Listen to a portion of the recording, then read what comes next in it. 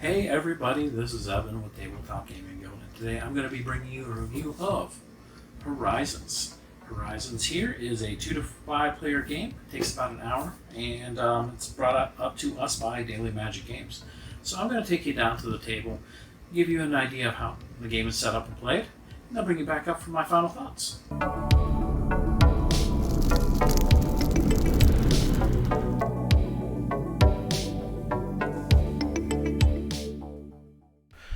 Alright, so before I fully take you down to the table, I wanted to stop and show this off here. So this is the insert for inside the box, and a lot of times when you get an insert, it's not the greatest in there.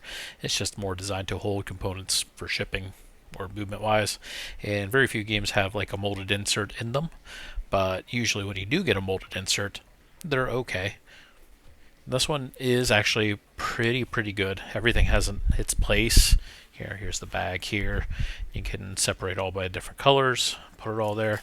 Everything has its spot. I mean, you don't have to keep them in the bags there. I kind of like to do that just to make sure everything stays nice and neat. All the planets have its own location here.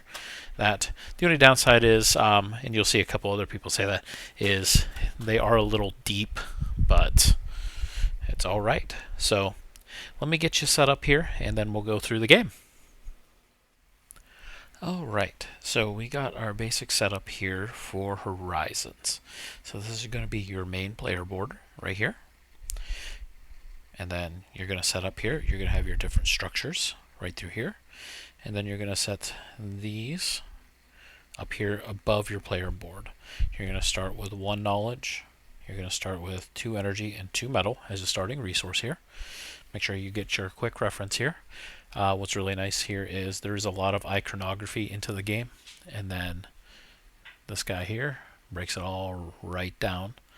Also on the back of it has the end game scoring in here, but we'll go over that in a little bit. But like I said, if at any point you see a symbol you're not sure, just reference this right here and it will get you squared away. Or also here on the very back of the rulebook, you have the icons right here. You also have a nice quick play guide here and endgame scoring down through here, and this will help. It's really well laid out. We're going to put that right here. But this is going to be your main player board, as I said, and the important thing to note is if this is your first time playing, or if you're introducing people to this game for the first time, you want to play on the side that has this symbol right here. So this symbol indicates the basic side. Each side, or each board, and there are 5 total, does have the basic, and each one has a different advanced side, where some of the things on here are very different. So until you're super familiar with the game, it's not recommended to play on the advanced side. So we have this set up for a 3-player game. So once you get your player board here set up, you get your starting resources. You also get one of these ally cards here. It's going to be the Exploration League. Everyone starts with that one. And then you're also going to get 2 secret objectives here. They're going to be face down because, as with the name states, it is a secret objective. You're going to have a sun system out for every player. And then you're going to randomly determine who is going to be the first player. So whoever is the first player is going to pull from the bag of the systems, and they're going to pull a token out, which is a star system here. And all of them are 2-sided. Make sure you don't have any of the suns in there. They are suns on both sides. You can't have more suns than there are players in the game. So you're going to take a look and figure out which side you want, and it corresponds to these 6 different planet types. And what these planet types do, I'll explain here in a little bit. So we're going to go with this, which is the volcanic side, and we pick a star system and place it. And likewise, the other players here are going to do the same thing. Now whatever you place, whatever type that is, you're going to take your token here and you're going to bring it down right here. So this represents that your people, like here, we are the Terran Alliance, we are acclimated and are able to inhabit a volcanic world. So up here, This is an oceanic world, and over here this is a desert world. We are not acclimated to those, so that we cannot do anything, place anything on them. By placing on them, as you can see on all of the star system, or all the planets in the star system, they have 3 different places that have areas that you can place your structures, which are these here: energy collectors, metal collectors, and your colonies. So once they get filled up, you can't place any more on them. Each star system can have 6 planets around them. You can never place a planet like that. Oh, I'll bring that down so you can see. You can never place a planet like that. Always has to be placed onto the star. So slide this way so it's easier to see. So yeah, if I were to place this, I could place this here. That would be illegal. This would be illegal. So once that's determined and we got that set, now it goes into the main portion of the game. So the main portion of the game, it's all laid out here on your player board. You follow along and it says right here you could take 2 actions, mix and match. Here are the 5 actions that you could take: explore, adapt, build, harvest, and conspire. Now, remember how I mentioned on the advanced side, sometimes these, as you can see, build is now occupy, harvest is now tap. So the advanced side, it's another way to tell that if you're on the wrong side, you'll notice that these actions are different. But on your turn, you're allowed to take 2 of those. You can mix and match, so you could do 2 of the same, whatever you want to do.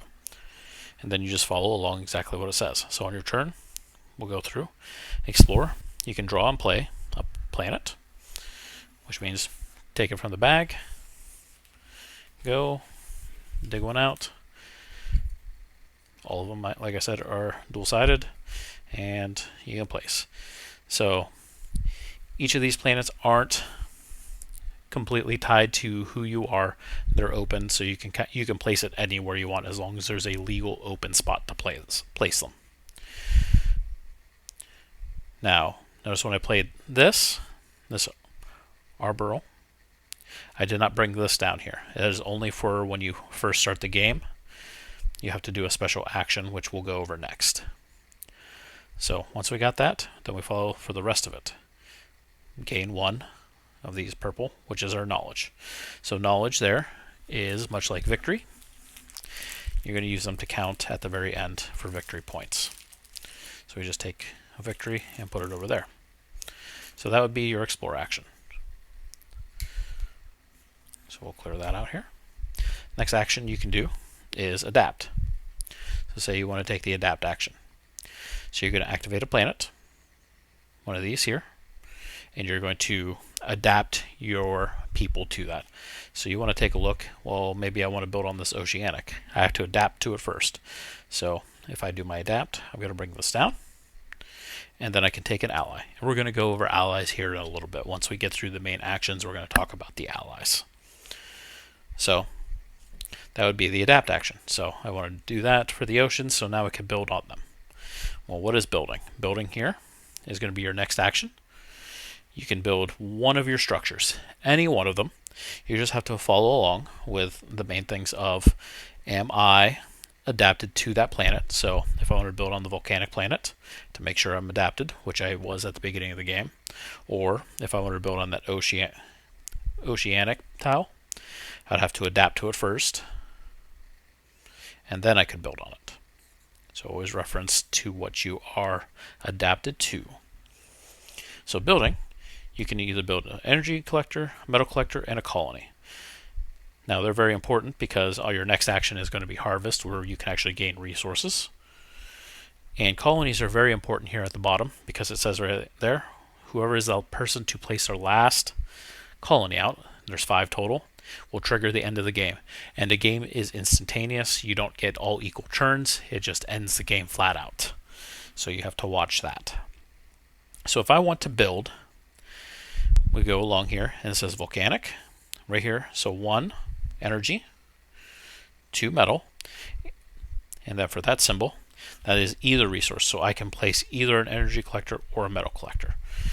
But say if I was adapted to the Oceanic, I took that adapt first, and I wanted to build on the Oceanic, it is 1 of the energy, 2 metal, to build just the energy collector. I cannot build a metal collector there. So I have my options of which one I want to do. And then both of them, that's the cost right here. Oceanic is 2 energy, 5 metal for a colony. Volcanic is 3 and 4 for the colony in there. And as I said, there's 3 spots on each of the planets. So next thing is going to be harvest. So harvest here says if you take that action, you get 1 energy for all the energy collectors you have in play, and 1 metal for all the metal you have in play. Straight up. What's really nice is, say, I move that there.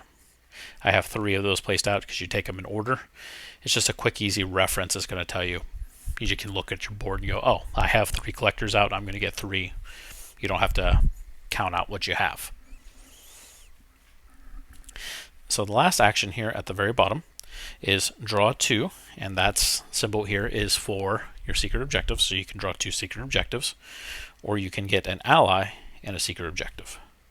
What's really nice with this one, if you do the conspire action, you can take a look and draw 1 secret objective, and then decide if you want to take a second one or an ally at that point. So you don't have to commit one way or another. So let's talk about these secret objectives. So we're going to flip these over here.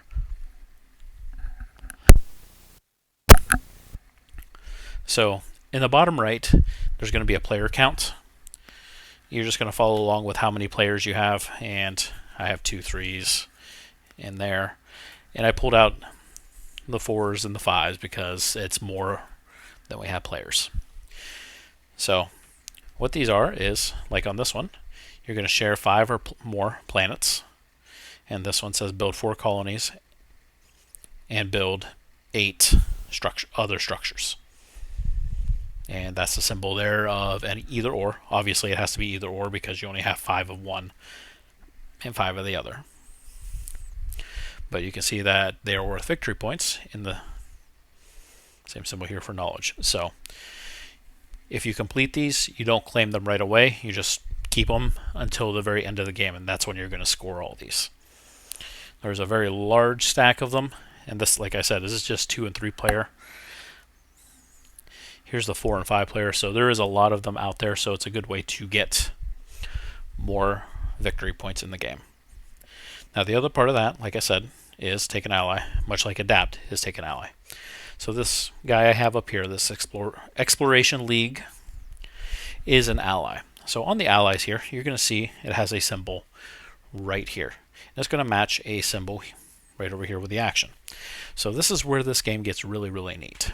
You have the ability to beef up the actions. Since you only have 5 actions you can take, and you get to take 2 actions of those 5, you can boost your action. So say I wanted to take the adapt action. I have my ally here who works off the adapt action. And what you can do is I'm going to say on your turn, I'm going to take the adapt action. Now it is your choice, because you have an ally. You can do the ally action first, or you can do the action text first. Your choice. So right here, take that, which is bring 1 down, take an ally. This one says take an ally, gain 1 resource per planet in play that matches the chosen.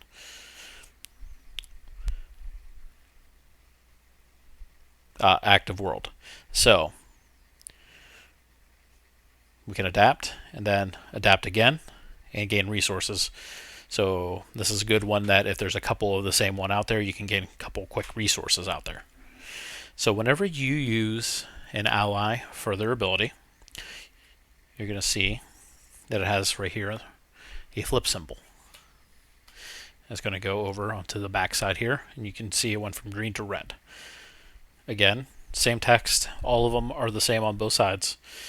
And on the bottom of the Exploration League, it has this, which means it's trashed. You can't get that one anymore. But all the other ones here, you can see, like I grabbed these ones that are the build ones. Engineer, General, and so on. They have their abilities and what. You use them and they flip. They're going to have the discard. So what's nice is they're going to go discarded. So if I had that there, this was in play, I used it, later on I use it again, it is going to go onto the bottom of the pile, so it will cycle back through. So these are available over and over again. There is a deck for each one of those with 5 different cards in them, and they're available for everybody. So if you adapt or if you conspire, that is your 2 main ways that you're going to get allies. Now, they do have different alien types in there, and there's a couple different things that reference those alien types. But you're going to continue the game, and you're going to slowly build and build and build until you get to the end game where someone puts the last of their colonies out. And that's where you're going to fall onto the back with a scoring sheet. And you're just going to go straight from the top to the bottom. You're going to score your completed missions. You're going to score how many knowledge you have. And then you're going to score the control for each system. And it just follows right there. Just follow along right. Well, that is pretty self-explanatory. And then your winning conditions are right there. So overall, that's the basics of the game. I'm going to bring you back up from the table and give you my final thoughts. So my final thoughts here on Horizons. So this is not a 4X game, it is a 3X game. There's very, very little player interaction in there. There is no exterminate in this.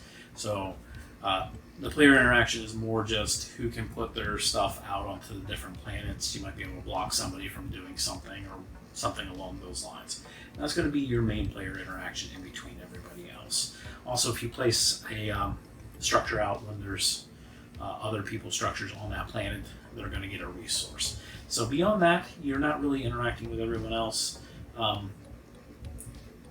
And this is a good low-level introduction into this style of game. I saw another review that they were talking about that My Little Side is another way of getting into this style of game, but that style of game, or the art style, or the theme might not be for you. This might be a different one that might catch your interest, with it being space, or the art itself might be able to draw you in. I'm a big fan of the artist that does this, so that's what drew me to say yes to doing the review for this game. The rule book here, I have it in front of me here. Overall, the rules itself are about 8 pages long, so it's relatively short. It's not super complicated. It goes a couple more pages. Page 9 goes over the advanced player boards. And then what's really nice is 10 and 11.